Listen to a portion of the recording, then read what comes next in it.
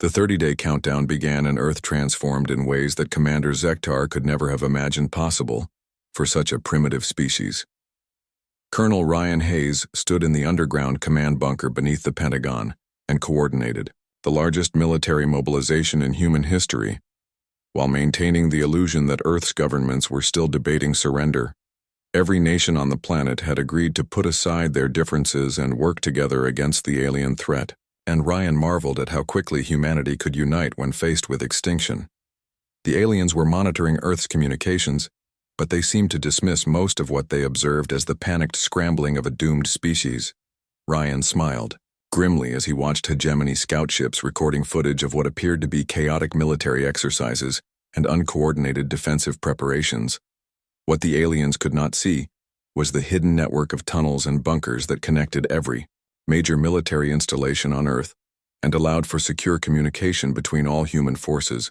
Dr. Sam Foster worked 18-hour days in his laboratory as teams of scientists from every nation collaborated on adapting human weapons technology.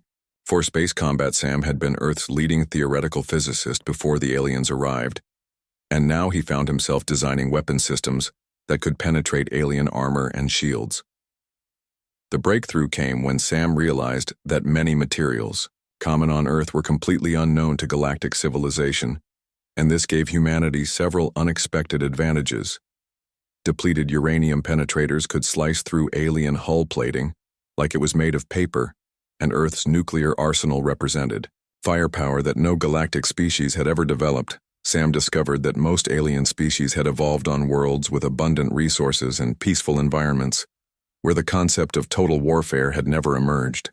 The hegemony used energy weapons that were designed to disable rather than destroy because their wars were more like ritualized combats than the brutal survival struggles that had shaped human military thinking.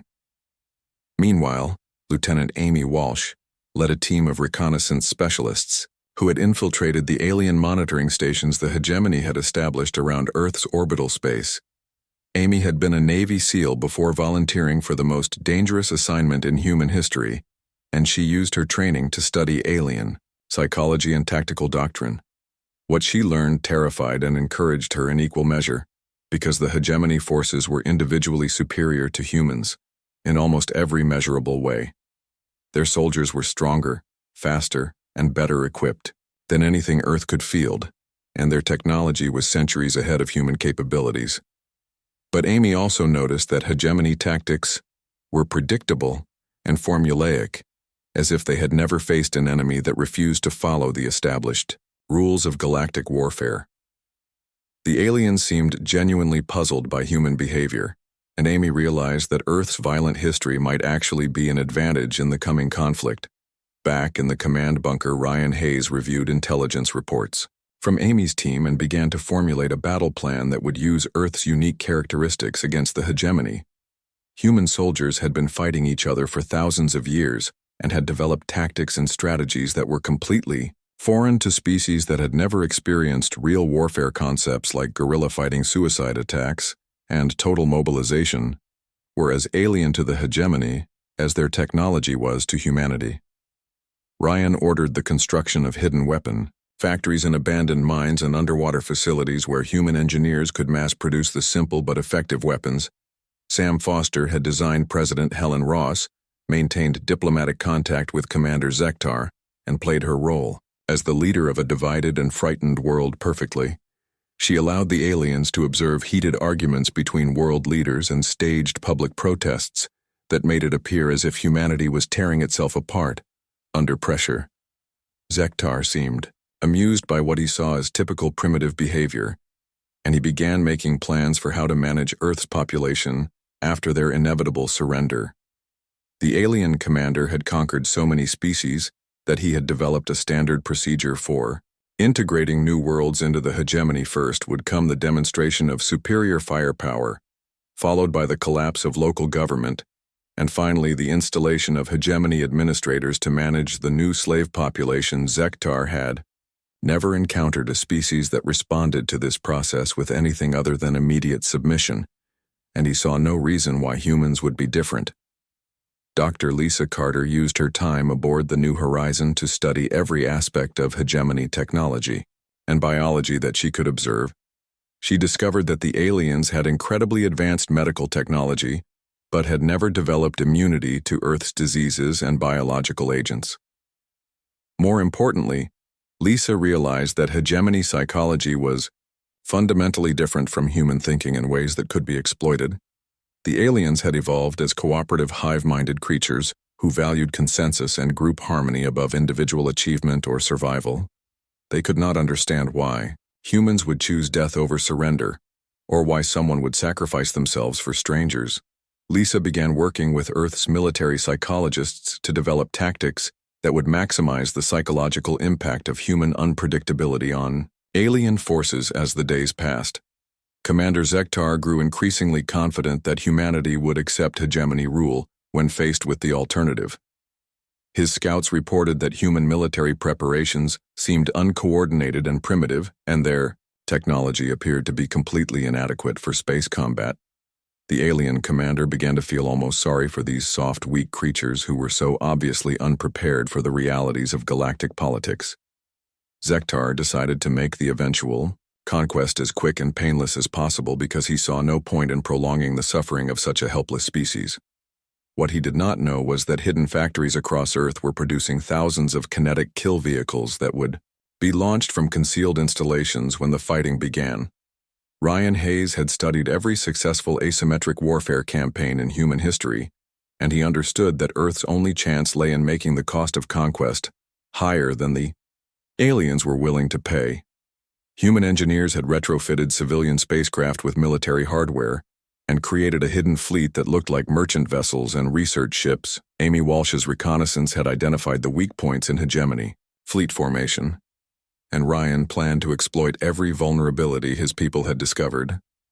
Dr. Foster's weapons would give human forces the firepower to damage alien ships, and Lisa Carter's psychological warfare tactics would maximize the impact of each attack.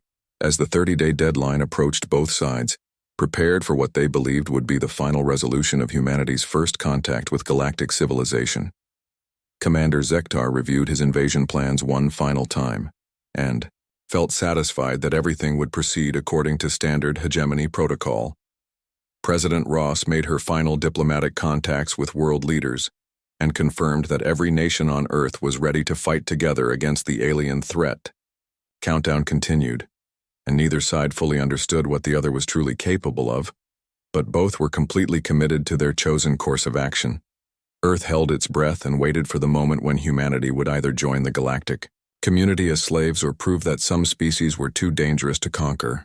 News of the hegemony's defeat at Earth spread through the galaxy like wildfire, and the reactions ranged from disbelief to outright panic. The Galactic Council had governed known space for over 1,000 years, based on the principle that superior technology always defeated primitive resistance. Admiral Vexiron of the Council fleet studied the reports from Earth with growing alarm, because everything about the human victory defied established military doctrine. The survivors of Zektar's fleet described weapons and tactics that seemed impossible for such a young species to have developed. Energy shields that could deflect plasma bolts had been useless against solid projectiles moving at incredible speeds. Nuclear weapons had been used, not as last resort terror devices but as standard battlefield ordnance deployed with casual precision. Most disturbing of all were the accounts of human boarding parties who fought with a ferocity that traumatized seasoned hegemony veterans. Vexiron had conquered rebellious species before, but those conflicts had followed predictable patterns of escalation and eventual surrender. This was different, because humans appeared to have developed an entirely separate philosophy of warfare based on principles no civilized species would consider. The Admiral called for a full mobilization of Council forces because he understood that if humanity's rebellion spread, it could destabilize the entire galactic order. Meanwhile on Earth, Colonel Rachel Stone prepared humanity's first interstellar colony expedition with resources that had been salvaged from the defeated hegemony fleet. Rachel had been chosen to lead the mission because she combined military expertise with the diplomatic skills needed to establish human presence beyond Earth. Her target was a strategically important system that lay along major trade routes and could serve as a forward base for human expansion. The colony ship Freedom's Dawn had been built using a combination of human engineering and captured alien technology, Dr. Sam Foster's team had reverse-engineered hegemony faster than light drives and adapted them to work with human power systems. The result was a vessel that could travel between stars faster than most galactic ships while carrying enough firepower to defend itself against anything short of a battle. Fleet Major Chris Bennett commanded the military escort for the colony mission, and his ships represented the next evolution of human space. Warfare Chris had studied every scrap of intelligence Amy Walsh's reconnaissance teams had gathered about galactic military capabilities. His fleet included vessels designed specifically to exploit the weaknesses humans had discovered in alien technology and psychology. The journey to the target system took 3 weeks, and Rachel used that time to prepare her people for the challenges of establishing humanity's first foothold beyond Earth. The colonists were volunteers who understood they might never see Earth again, but were willing to risk everything to ensure human freedom. When freedom's dawn arrived at its destination, the colony team found a world that was perfect for their needs. The planet had been designated as off-limits by the Galactic Council because of its unstable weather patterns and dangerous native predators. What the Council saw as hazardous conditions, humans recognized as a typical Tuesday on any continent back home. Rachel established the colony base in a location that was defensible but allowed for expansion, and began the process of making humanity's first interstellar home. Chris Bennett's military team set up defensive positions and early warning systems that would detect any approaching alien forces. Meanwhile, back on Earth, Admiral Jake Morrison had been promoted to command humanity's rapidly expanding space fleet. Jake oversaw the construction of new ships and the training of crews who would carry human influence throughout the galaxy. The victory over the hegemony had provided Earth with enough captured technology to accelerate human development by centuries.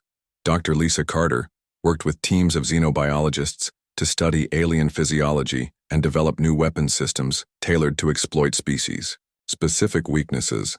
Lisa had discovered that most galactic species shared similar evolutionary backgrounds and therefore had predictable vulnerabilities. The peaceful garden worlds that had produced galactic civilization had never forced species to develop the kind of ruthless survival instincts that characterized human evolution. When Admiral Vexiron's fleet finally arrived at Earth, they found a very different situation than their predecessors had encountered.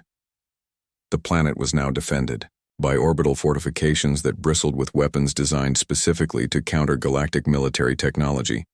Jake Morrison met the Council fleet with a human armada that had been built for one purpose, which was to prove that Earth could not be conquered. The battle began when Vexiron demanded humanity's immediate surrender, and Jake responded by launching the largest coordinated attack in human history. The Second Battle of Earth was larger and more brutal than the first, because both sides understood exactly what was at stake. Council forces had superior numbers and technology, but humans fought with a tactical flexibility that caught their enemies completely off guard.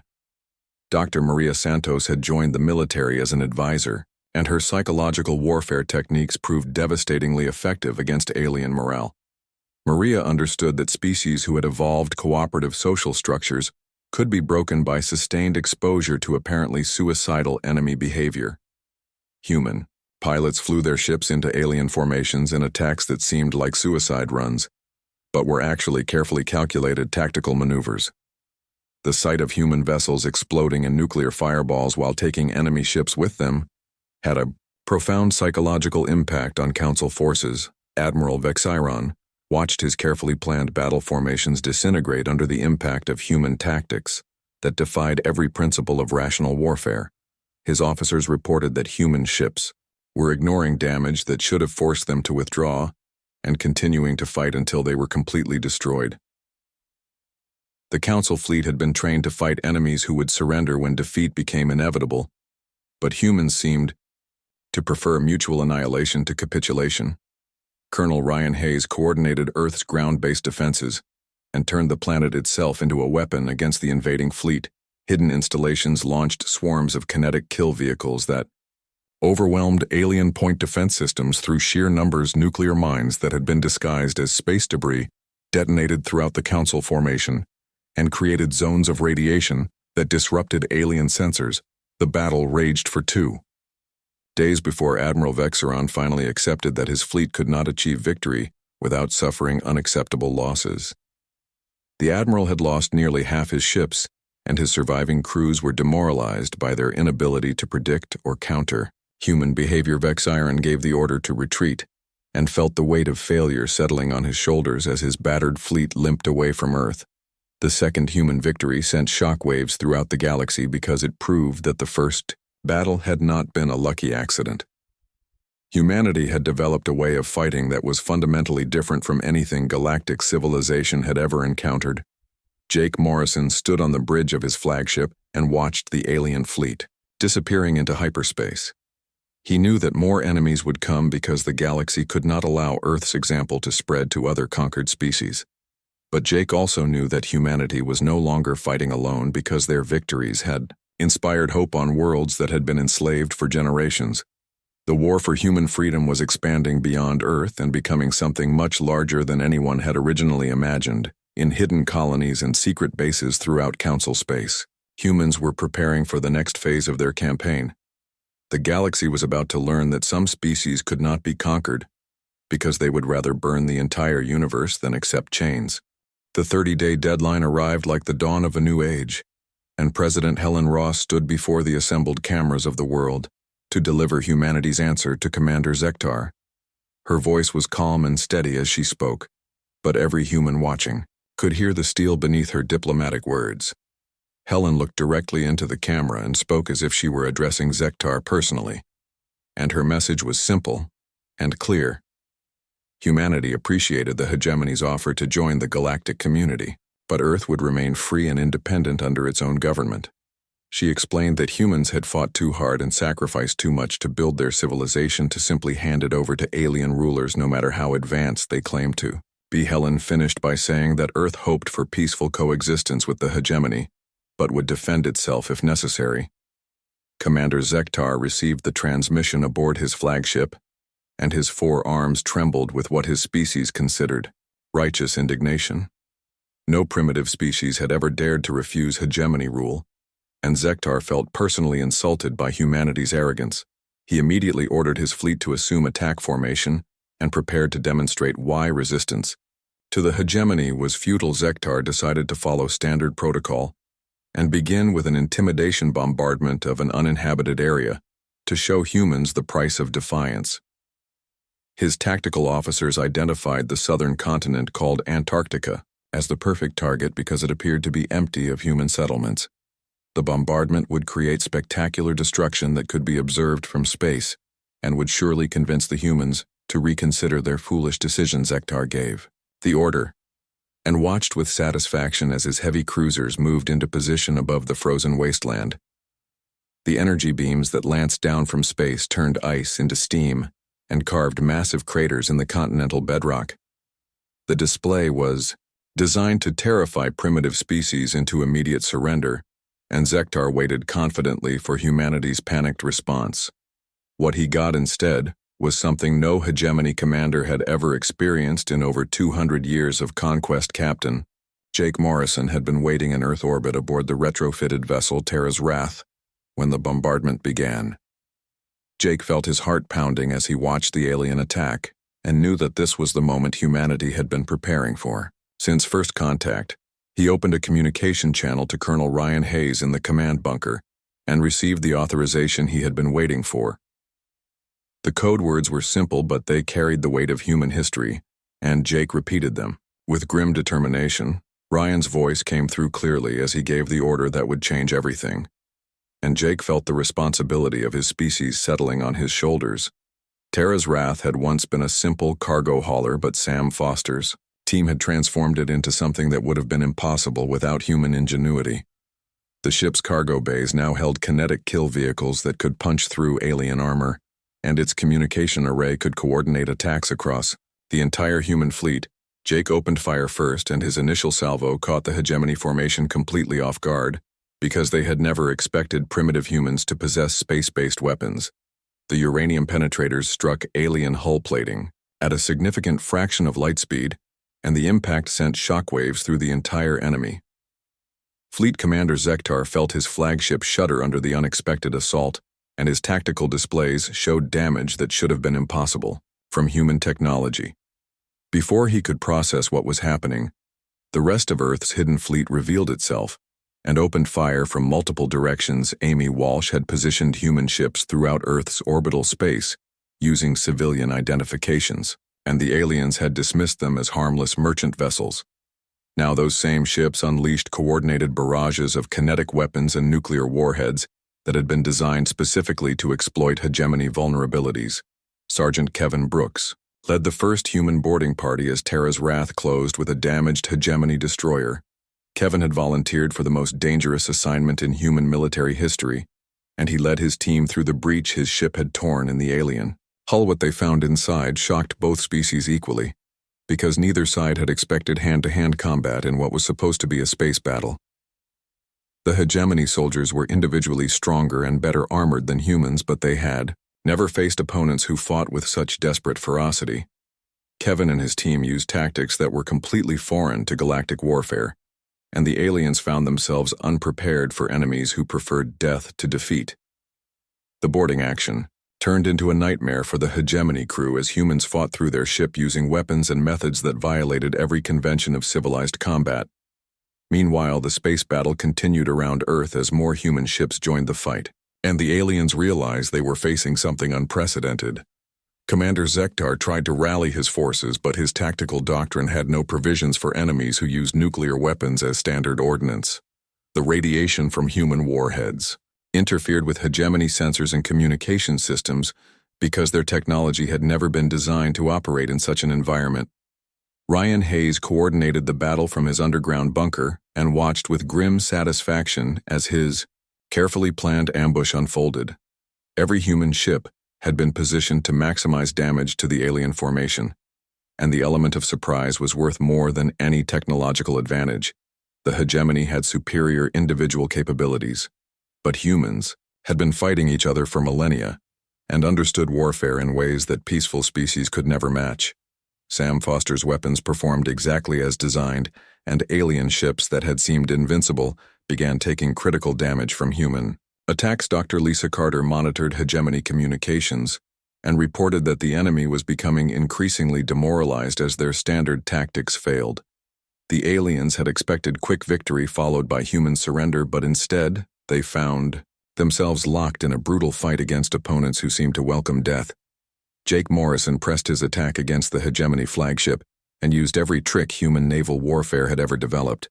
Terra's wrath danced through space like a fighter instead of a cargo hauler, and Jake's crew coordinated their movements with practiced precision. The ship's weapon systems had been designed by humans who understood that sometimes quantity was more important than quality. Multiple kinetic projectiles overwhelmed hegemony point defense systems, and nuclear warheads created expanding spheres of destruction that no alien technology could withstand. Commander Zektar finally understood that he had made a terrible mistake in underestimating these creatures from the third planet. His fleet was being systematically destroyed by enemies who fought with a savagery and determination that defied everything he knew about intelligent species. The aliens had conquered dozens of worlds, but they had never faced opponents who would rather die fighting than live as slaves.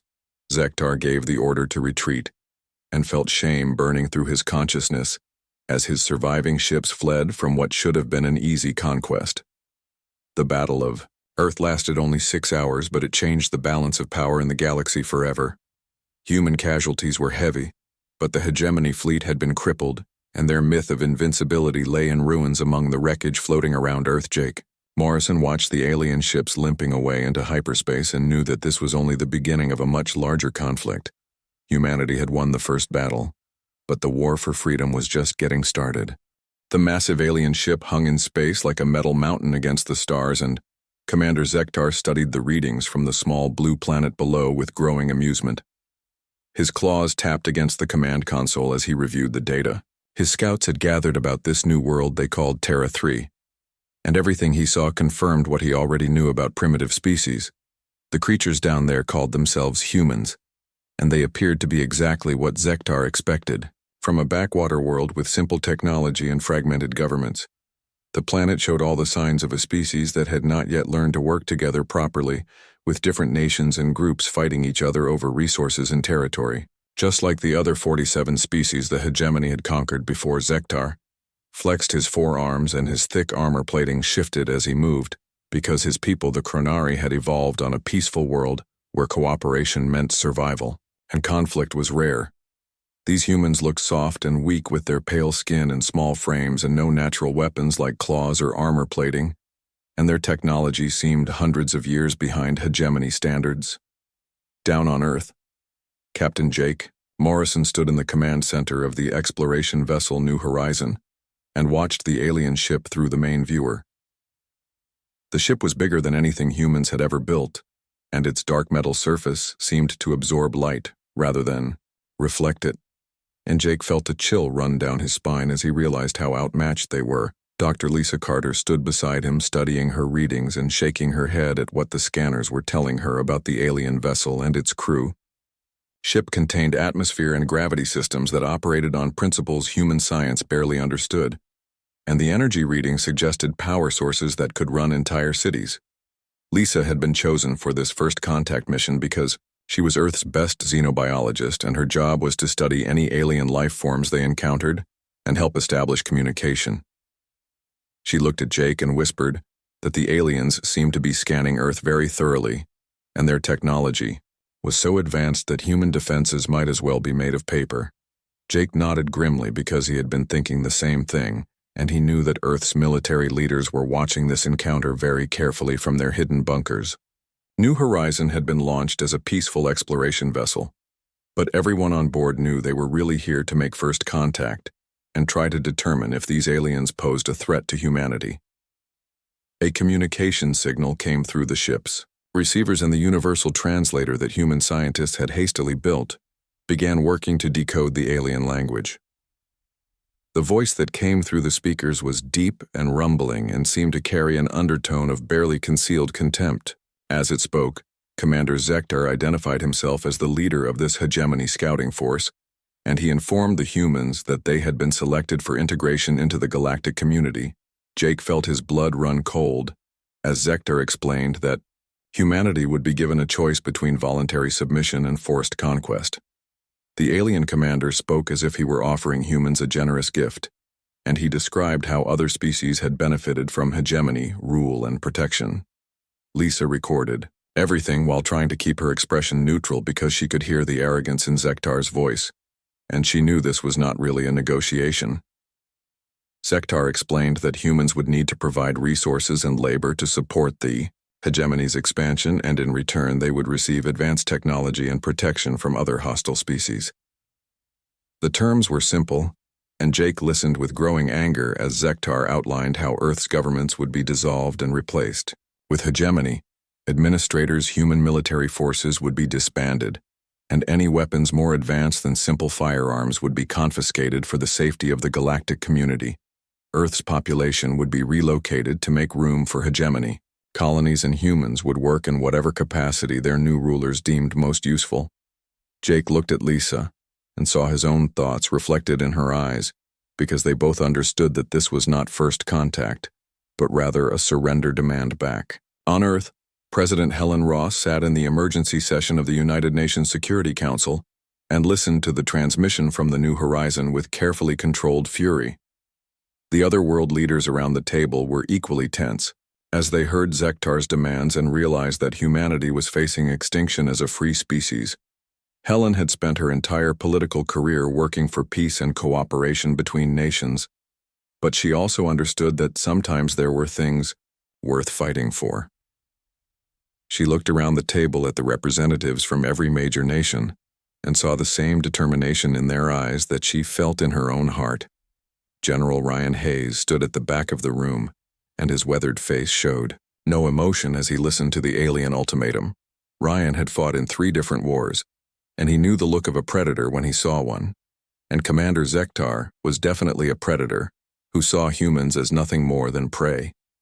Helen asked Jake Morrison to request a delay in the aliens' timeline, and Jake reluctantly transmitted the message that Earth's governments needed time to consider such an important decision. Zektar's laughter came through the communication system like the sound of grinding metal, and he seemed genuinely amused by the request.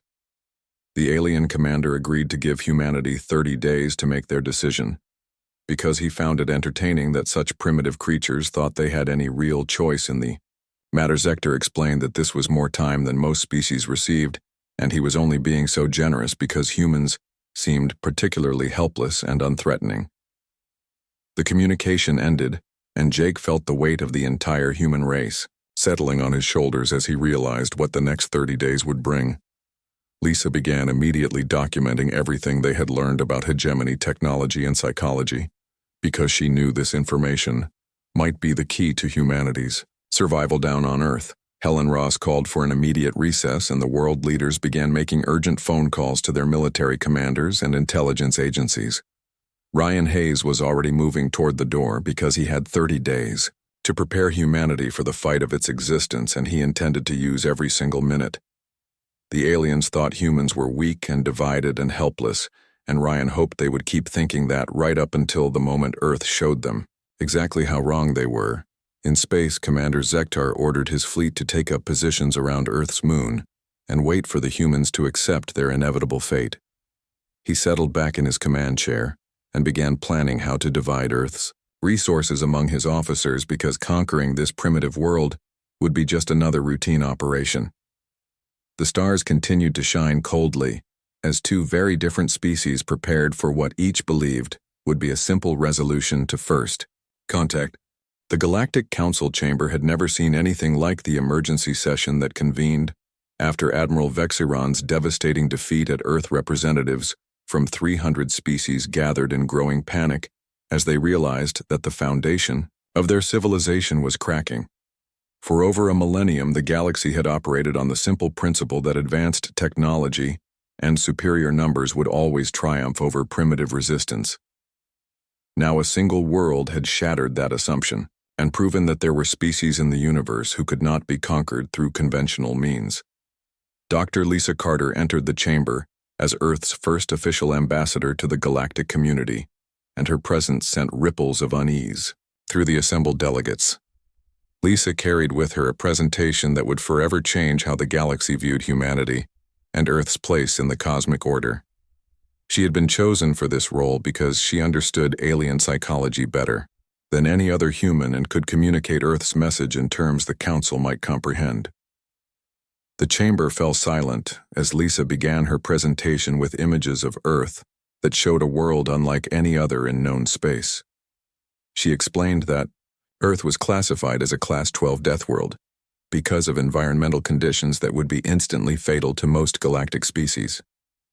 The planet's gravity was 50% higher than galactic standard, and its atmosphere contained levels of oxygen that were toxic to many alien forms of life.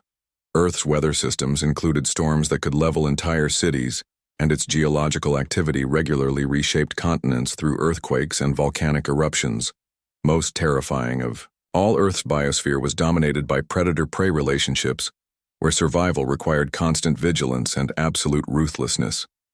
Lisa showed footage of Earth's natural predators and watched as alien delegates recoiled from images of creatures that existed solely to hunt and kill other living things.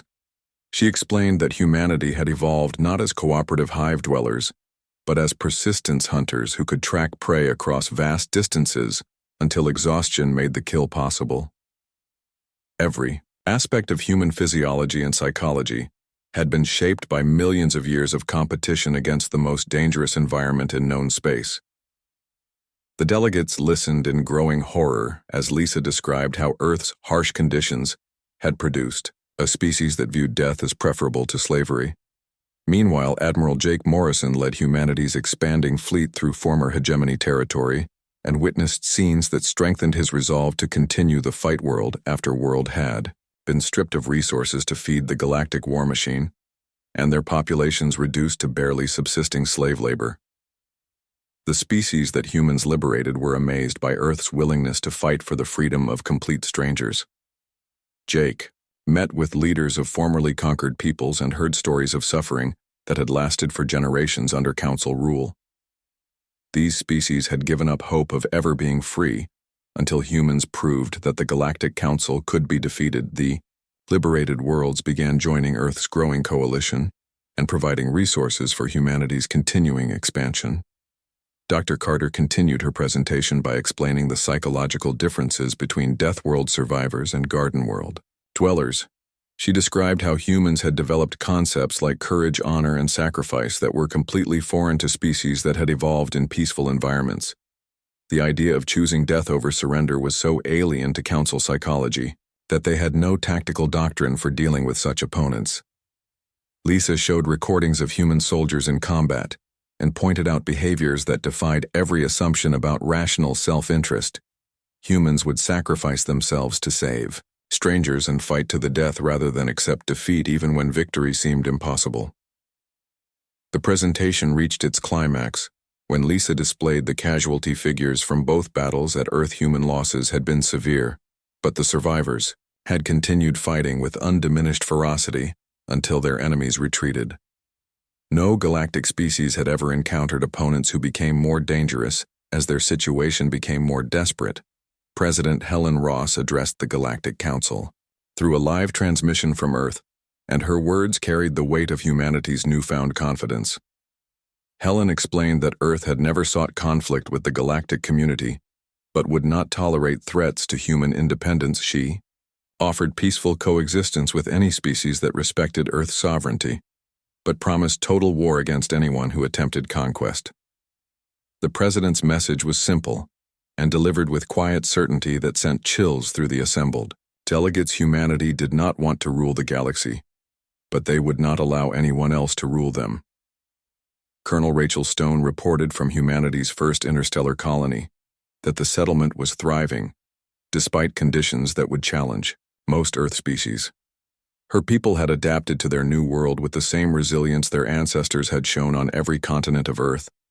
The colony served as a symbol of human determination and a beacon of hope for other species seeking freedom. From Council domination, Major Chris Bennett's defense forces had repelled 3 separate Council attempts to retake the system, and each victory had attracted more allies to the human cause. Dr. Sam Foster's weapons technology had been shared with liberated species who were eager to learn Earth's methods of warfare.